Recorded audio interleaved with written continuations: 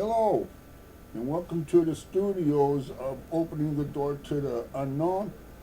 I am your host, Dr. Clark Schmidt, or Magus1100. I know that I haven't been producing videos as much lately, and again, the reason is having some medical issues that have to be taken care of, and by the time I take care of them, it's like doing a week's work in one day. And so I decided today or this morning is that I was going to just drop um, um, the issue and work on some videos here. I'm gonna. This is going to be a short one. I don't know how short, but it's going to be a short one. Then I hope to have one a little bit longer. I'm hoping this afternoon at some point, as to get two of them out, as to catch up. This first video is on the subject of black-eyed children. There has been a lot of discussion and books written on the subject, and I feel is that it's really something new that has just cropped up within, I would say, the last maybe 2, 3, maybe 4 years, possibly 5. I really haven't been keeping up with the with the aspect of black-eyed children, or kids, as they are termed. I really had to do some this morning, real quick, some major research, and it's just about what I have figured or have known for a while. My take on black-eyed children or kids is that they are part of the MIB, what I call the MIB syndrome. Okay, and the reason why I say that is anybody that has had any dealings with MIBs, such as myself or others, know is that if you look at their face, especially the eyes, is that they're completely black. There's no life in the eyes themselves. You know, the old expression is the eyes is the windows to the soul, and having an experience with MIBs, they have no life. You know, like Shirley Temple was called Bright Eyes. The reason why he called Bright Eyes, because she was bubbly. You know, you could just look into her eyes and just see the warmth, the love pouring through. And like with black-eyed kids or with MIBs, the old expression is throwing, you know, their eyes are sending daggers at you. Okay, throwing daggers at you. You can just feel that negativity come from the eyes. So the eyes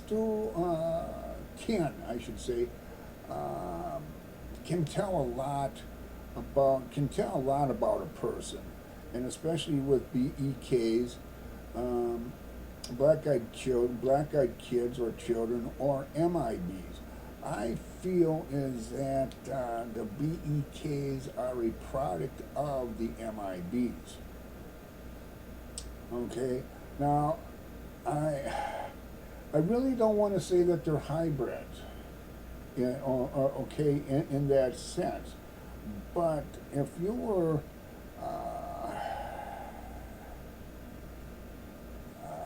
how should I say?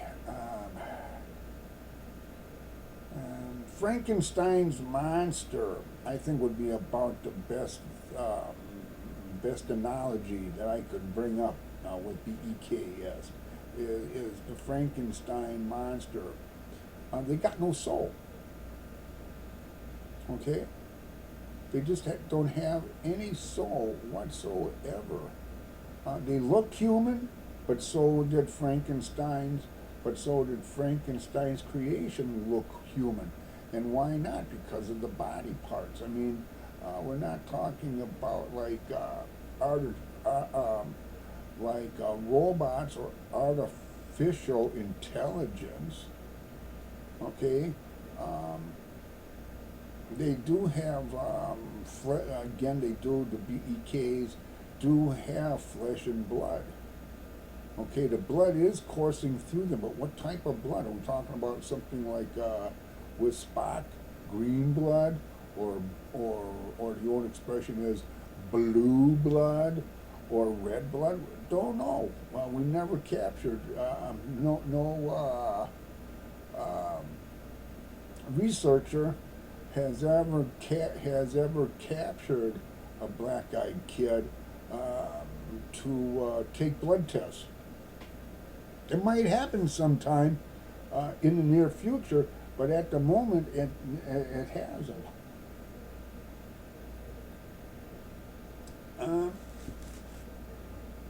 And black-eyed kids have been around. Oh, I would say since ancient China, and have progressed through centuries up until about the early 70s, when people were having more confrontation with these type of children, and up until from the 70s until 2016 today, is that people all over the world are experiencing having confrontations with black-eyed children, and by the reports that have been written and handed out, is that people have actually become damn scared with these beings. And why I say that is because these kids, maybe two or three of them, will just walk up to an individual and saying is that they're lost, or they need to call their parents, or they're hungry and they're cold, and if the person that they're talking to can take them home, which is not a good idea, by the way. And usually when they confront the individual, it's usually in a lonely spot. It could be like a dead end street, or at a cafe, when the person's after he pays the bill and walks out, and you have these kids come up to the person and then confronts them about that they're lost, they're hungry, they want to call their parents, can they be taken home to make the phone call. And there has been some people that have done just that, and a few of them said is that the type of experience that they had with the BEK is something that they really don't want to talk about, and if they could forget the happening that went on within the confines within the home. Sometimes is that they find, believe it or not, sometimes they find the person, dead. Other times they find a person complete shock.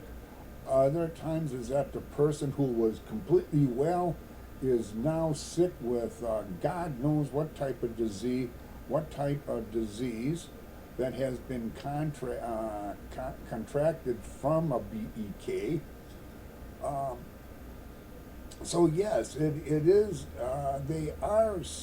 Yes, they are scary. Um, Two people. I'm trying to remember the names here. A guy named Weatherly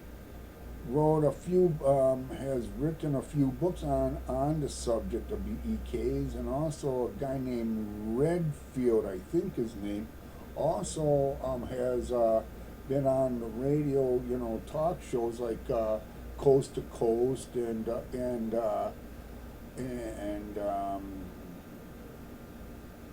other shows that has talked about black-eyed kids. And so this is a phenomenon that's just not, it's just not, somebody has experienced one, that somebody has experienced one time. It's not like, it's like, hey, like I said, is that this is a worldwide phenomena that has been taking place for a long, long time. And like I said, is that it's something that the person does not really want to get into because it's not enjoyable. Like I said, I do remember when I had my first experience with MIBs when I was in high school, is that I didn't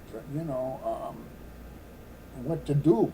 It was just like the second time when I was coming out of my school and shop on that Friday night when I was threatened with my life by two MIBs. Um, and don't say is that even researchers who have experience do not get scared as hell, because like I said, being in the field, in the metaphysical and esoterical field for going on 59 years, is that, yeah, I've been scared. I definitely been scared a few times with a few incidents that should never have, how should I say, have happened, that should have happened the way that I experienced. Okay.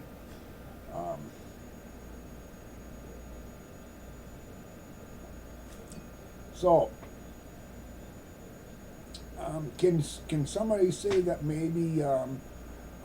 In fact, there has even been, how should I say, theories on BEKs that are classified as shadow people.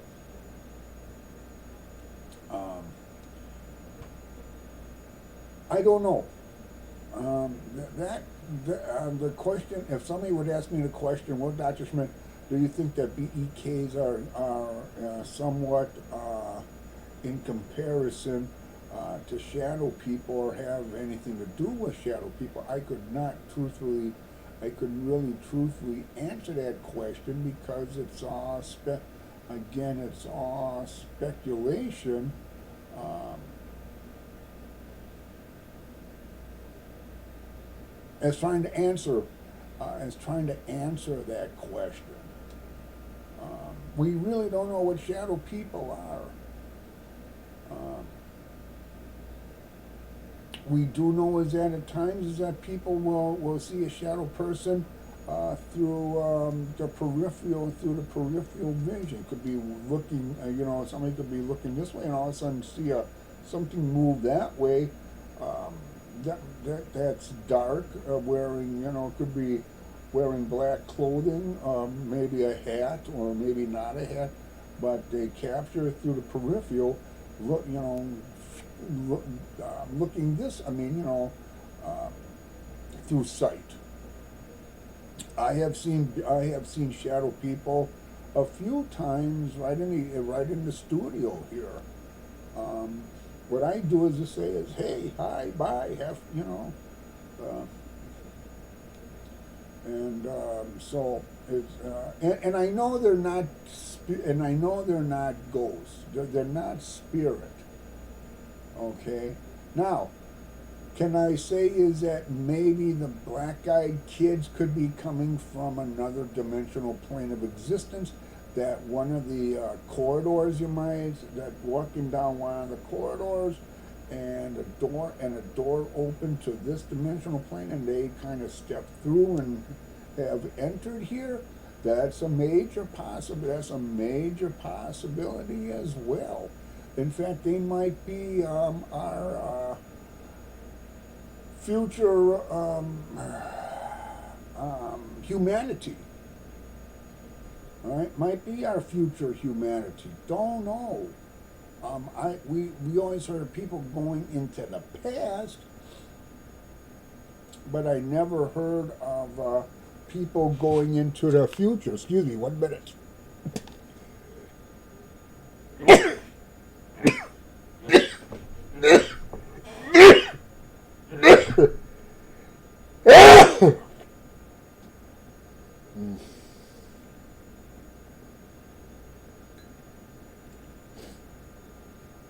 Excuse me on that.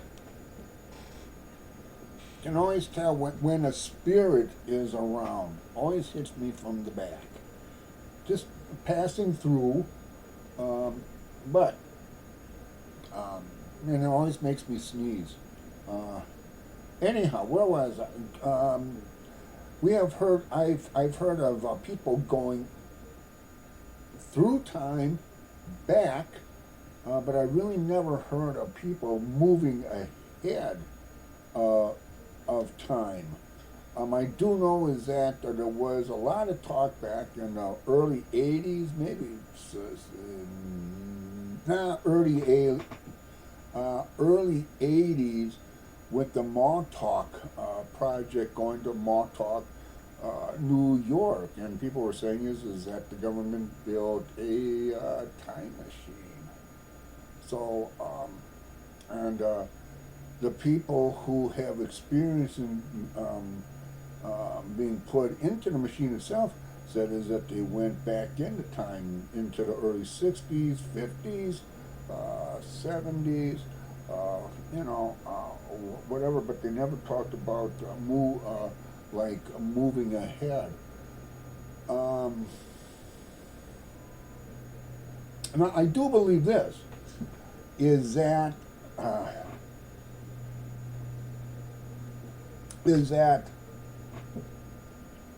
we always talk about the past, present, and future. I do not believe, and this is my own thought on this, I do not believe is that there is a present. I think we have a past and a future, and the present does not exist. And here's the reason why I say that, is that if we look through time, if we go by time, is that the sweep hand goes to 1 second. Well, that 1 second has this gone into the future by that one second. And as the sweep hand continues to move and starts to move the minute hand and the hour hand, is that you're not in the present. You have gone into the future. And whatever happened, say within a 10-minute, 15-minute, half an hour time period, is classified now in the past. So you can't have a present. So when a person says past, present, and future, like I said, I don't believe that there is a present. It's only past and future. So can we go back into the past? Not in the sense, unless again we have entered a time machine, or have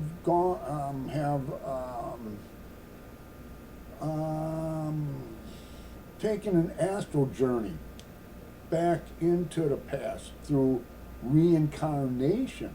Then I would say yes.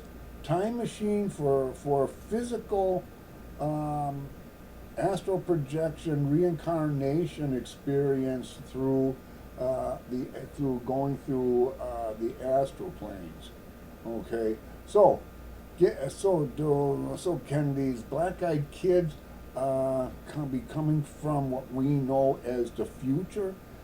Yes, I can now say yes, they can come from the future, but not. But again, not in the past, because a lot of people say is that have experience with the BEKs is that they disappear for no apparent reason. Some people have actually taken the kids home, but they never got as far as pulling into the driveway before the kids have just vanished. You know, it's just like the old ghost story about the lady in white at the I forget what cemetery it is in Chicago. Can't think of the name at the moment, but where she has hitchhiked to try to get home, but she is also a ghost, and she disappears. When people have tried to take her home, and she has resided in the early 20s, where she got killed through I think a car accident. So there is something very strange about these BEKs. We have been doing a lot. I mean, there has been people who have been doing a lot more research on the subject than I have, but I think is that I've been on the right track as trying to explain the MO of the BEK. I do not believe, as some people say, is that they're demonic. Okay, I do not believe is that they are demonic.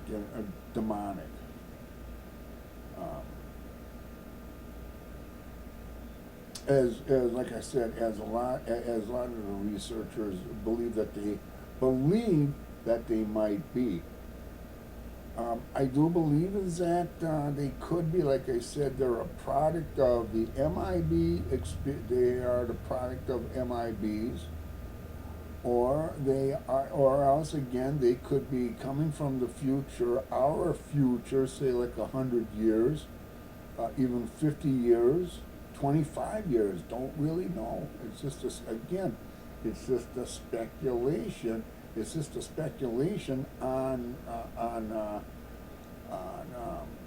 when they come through that dimensional doorway.